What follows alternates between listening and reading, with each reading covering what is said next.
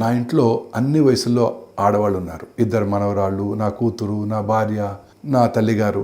అయితే భారతదేశంలో 70% మంది మహిళలు అనేక రకాల ఆరోగ్య సమస్యలతో బాధపడుతున్నారని చదివినప్పుడు అది నాకు చాలా వ్యక్తిగతంగా అనిపించింది.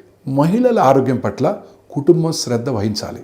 అందుకోసం మీరందరూ ఎలాంటి జాగ్రత్తలు తీసుకోవాలో ఇవాళ చెప్తాను. ఉదాహరణకి హైదరాబాద్లో ఉన్న మహిళల్లో అత్యధికంగా కనిపించే క్యాన్సర్ బ్రెస్ట్ క్యాన్సర్. కానీ ఎంతో అవగాహన కల్పించినప్పటికీ చాలా కేసులు ఆలస్యంగా గుర్తించబడుతున్నాయి.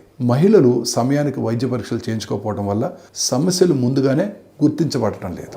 ఇక గర్భసంచి ముఖద్వార క్యాన్సర్ అత్యంత నివారించదగ్గ క్యాన్సర్లో ఒకటి. కానీ పాప్స్మియర్ పరీక్షలు, హెచ్పివి వ్యాక్సినేషన్ తక్కువగా ఉండటం వల్ల ఇప్పటికీ కూడా లక్షలాది మంది ప్రభావితం అవుతున్నారు.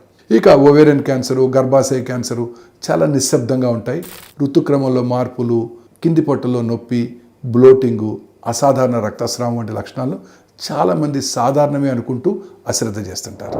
ఇక క్యాన్సర్లే కాకుండా పీసీఓఎస్, ఫైబ్రాయిడ్స్, ఎండోమెట్రియోసిస్, తరచుగా ఇన్ఫెక్షన్స్, మూత్రం లీక్ అవటం, మెనోపాజ్ తర్వాత రక్తస్రావం వంటి సమస్యలు కూడా సిగ్గుపడటం లేదా బయటకు చెప్పకపోవటం వల్ల చాలాసార్లు చర్చకు రావు. ఇక సమయానికి రక్త పరీక్షలు చేయించుకోవటం, స్క్రీనింగ్ చేయించుకోవటం, వ్యాక్సిన్స్ తీసుకోవటం, సమస్య వచ్చిన వెంటనే వైద్య సలహా పొందటం వంటివి జీవితాలను కాపాడతాయి. సో సిగ్గుపడకుండా, భయం లేకుండా, ఆలస్యం చేయకుండా ఇలాంటి రుగ్మతలను కుటుంబ సభ్యులతో చర్చించినట్టయితే చికిత్స ఆలస్యం అవ్వకుండా ఉంటుంది. మంచి అవగాహన వ్యాధుల్ని రాకుండా కాపాడుతుంది.